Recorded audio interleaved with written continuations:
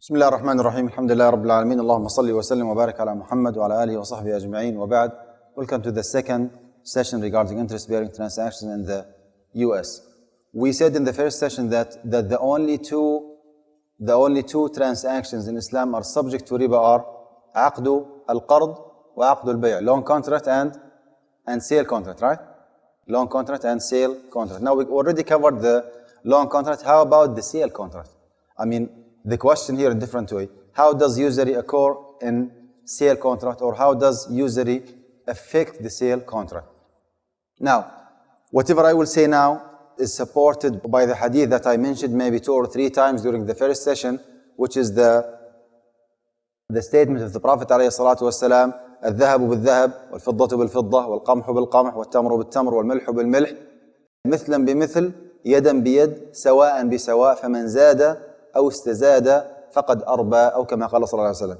Now, according to this hadith that I will not mention its literal translation because the jurisprudential rules derived from this hadith will be furnished here in this session, inshallah. It talks about the rules, the requirements, the restrictions when it comes to transacting with food, any kind of food, or when you want to transact with currency or money, any kind of money, whether it is gold and silver during the time of the Prophet ﷺ, or it is just the current bills that we use, the $5 and $10 and so on and so forth. What are the rules for any kind of trading with food and with money for a riba to be completely avoided?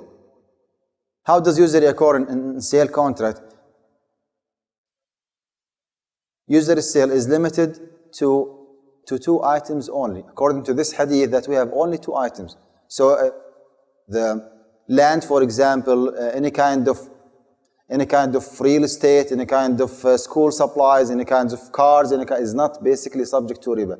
The only useless items or subject to riba are only 2: food, any kind of food; money, any kind of money, whether it is check, whether it is a money order, whether it is a cashier check, whether it is American dollars, Jordanian, any kind of money, any kind of food is subject to riba when it comes to trading or buying and selling those 2 items, money and food. This is the basic or the first point that we need to know about how does usury affect the sale contract.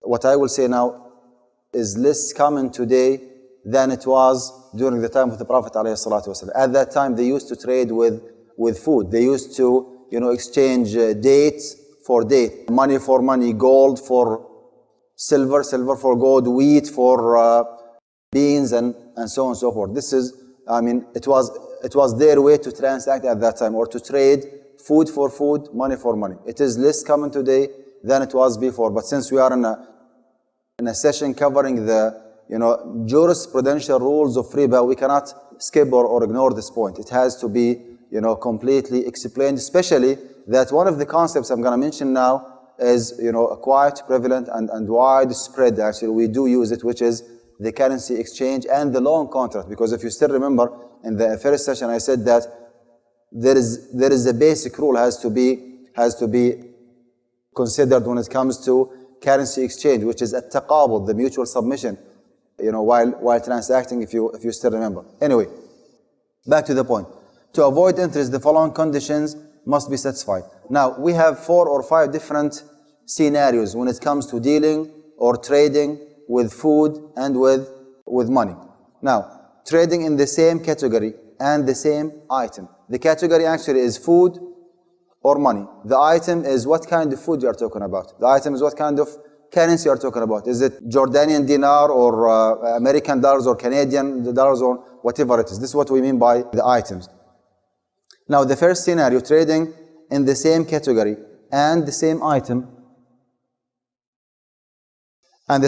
like rice for rice, wheat for wheat, American dollars for American dollars, and Jordanian dinars for Jordanian dinars. There are 3 conditions.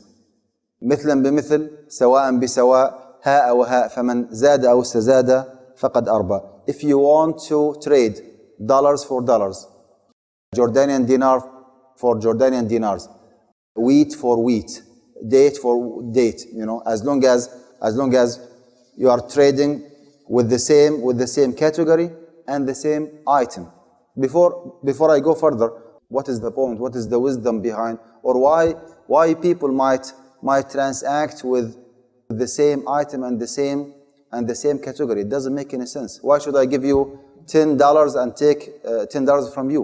Why?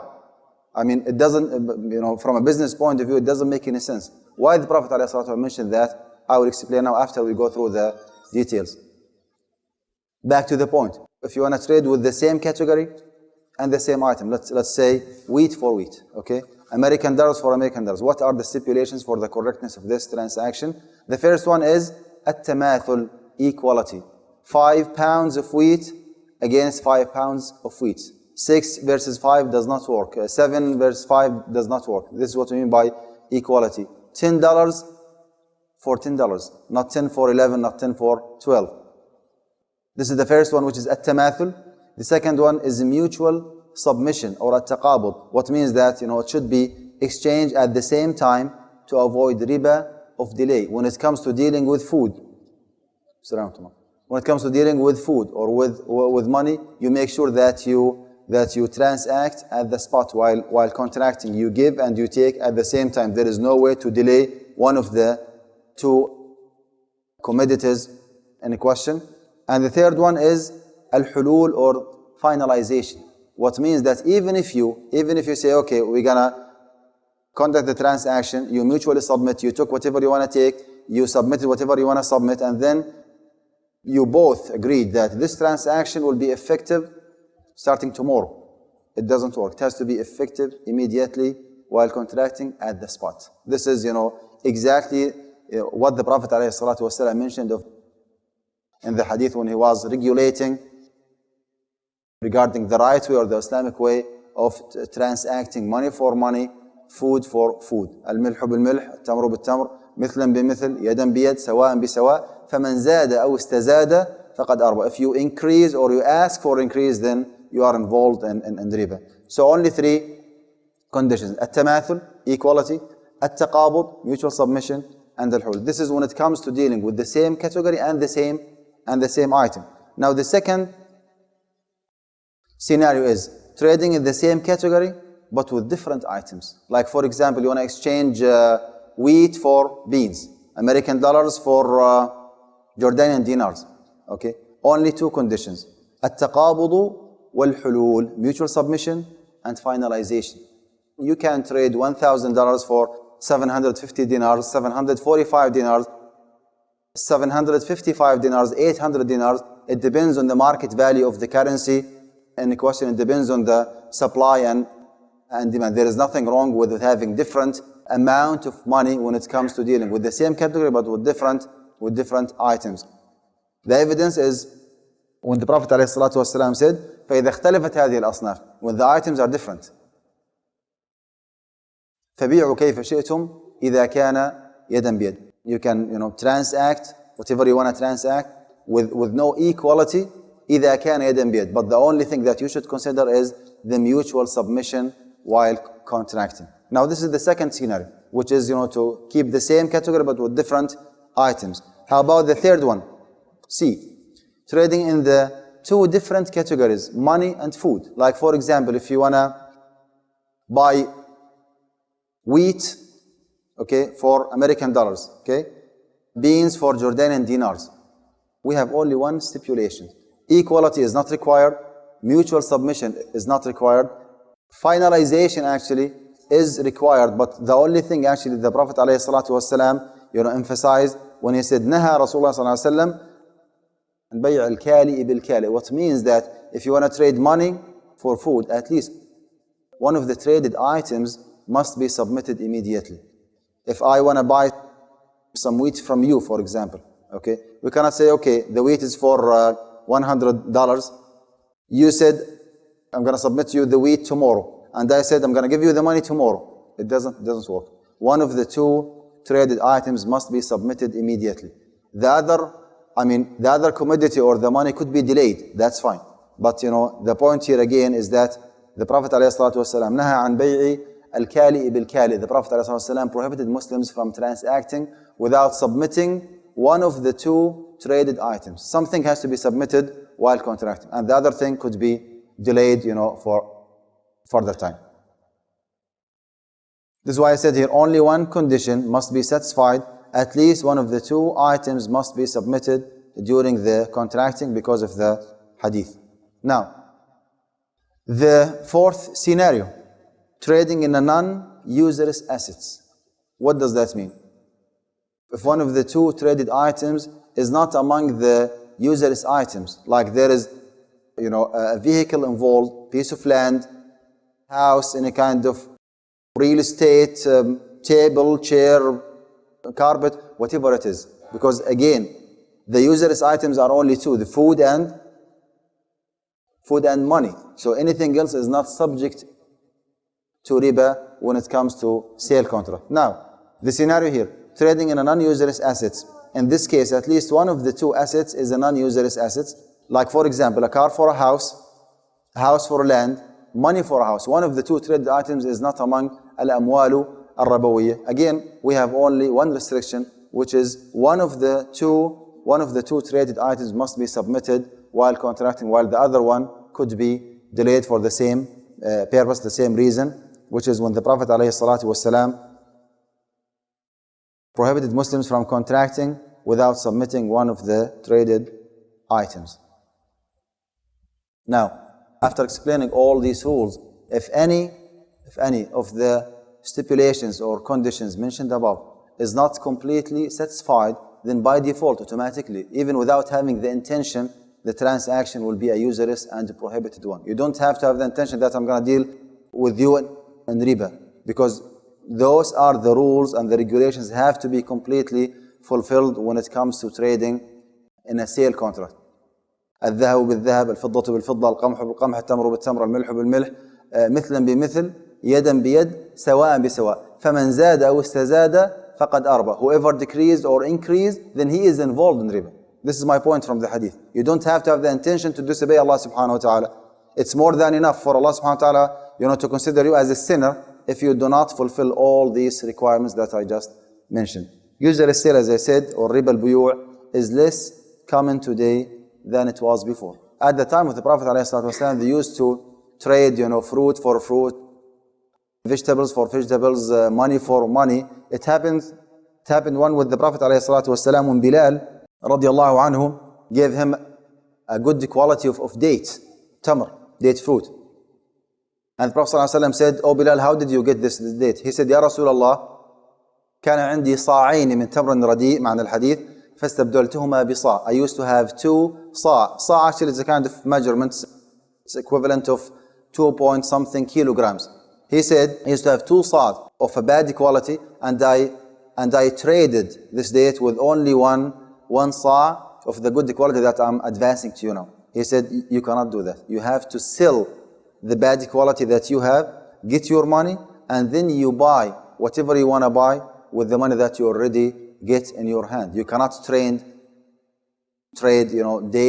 bad dates for good date. It doesn't work like this. Why? Because the date actually is among al-amwalu al-rabawiyya, the usurious items that the Prophet ﷺ mentioned in the hadith.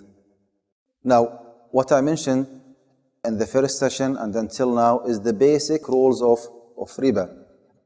Now, before we proceed, let me ask this question. Why Allah subhanahu wa ta'ala prohibited riba? Why? Is there any benefit? Is there any wisdom behind prohibiting riba? Definitely. Whether or not we know the wisdom, there is a wisdom. Because Allah subhanahu wa ta'ala يُحِلُّ لَنَا الطَّيِّبَاتِ وَيُحَرِّمُ عَلَيْنَا الْخَبَائِثِ. Allah subhanahu wa ta'ala allows us or permits for us to do whatever is beneficial for us and prohibit for us whatever is harming for us. So definitely there is a wisdom behind that. Now, why Allah subhanahu wa ta'ala prohibited riba? This is the answer. Riba actually, believe it or not, riba and injustice are synonyms. How? If we have two parties, the lender and the borrower, okay? And the borrower have taken the money only for investment, for example, okay? Only for investment. It is not just enough for the provider, for the financer, okay, to share some of the profit, whether you call it riba or profit, with the borrower if the borrower did not make money. What if he get lost? I mean, what if he struggled some loss? He did not He did not gain any profit. How it comes that the financer, guarantee his capital and guarantee extra money out of that? Why? Based on what? If the other party is struggling loss, he did not make money, did not gain any profit, how it comes that he is entitled, the first party is entitled to get some money? This is one case or one scenario. What if the other party or the borrower have generated a good percentage of profit, like 50%, for example? It's not fair for the financer to take only 5 or 6%, while the other party have generated 50% as a profit.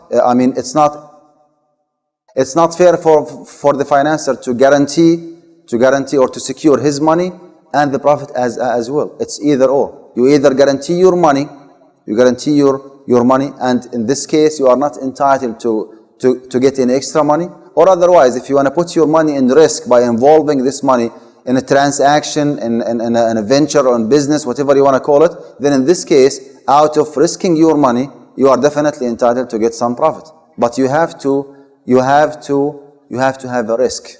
You have to have a risk. This is why the Prophet ﷺ نهى النبي عليه الصلاة والسلام عن بيع ما لم يقبض وعن ربح ما لم يضمن. What means that if you do not take a risk, then you cannot take a profit. Your profit must be associated. You don't have to lose, but at least you have to take the risk to be entitled, to be eligible, to share some profit. So at the end of the day, it is not just for the borrower and for the lender to deal with riba. Again, because riba, loan is not a mode of finance in Islamic economic system. It should be advanced only for charitable and cooperative purposes. The best way for the two parties, if they want to make money, is to engage in a partnership, in a musharaka, whether it is a musharaka or mudaraba or whatever they want to involve in. But this is the right way for both parties to generate money fairly and for justice to be implemented in these cases. This is why Allah subhanahu wa ta'ala prohibited riba, not to allow anyone to financially abuse anybody else.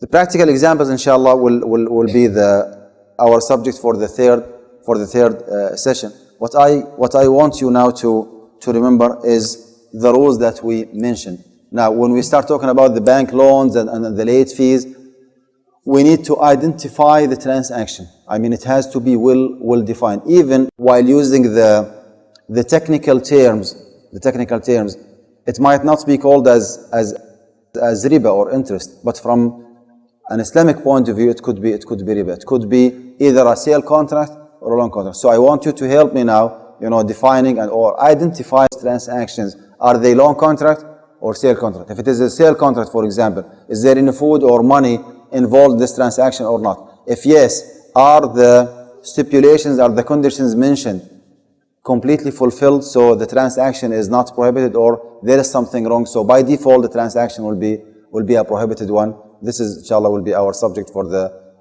third session. Sallallahu ala Muhammad.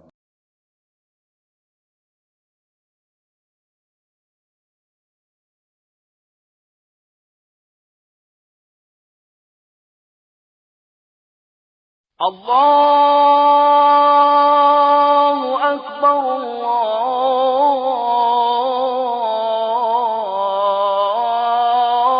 Allahu Akbar. The Islamic Organization of North America, IONA, is an organization dedicated to reviving the Quran into the hearts of Muslims while bringing its message to non-Muslims. The obligations of a Muslim as ordained by the Quran and Sunnah can be understood as having 4 levels. 1. A Muslim is required to develop real faith and conviction, iman, in one's heart. 2. A Muslim is required to live a life of complete submission to the will of Allah subhanahu wa ta'ala. 3. A Muslim is required to propagate and disseminate the message of Islam to humanity as a whole. 4. A Muslim is required to try his utmost in establishing the just Islamic order.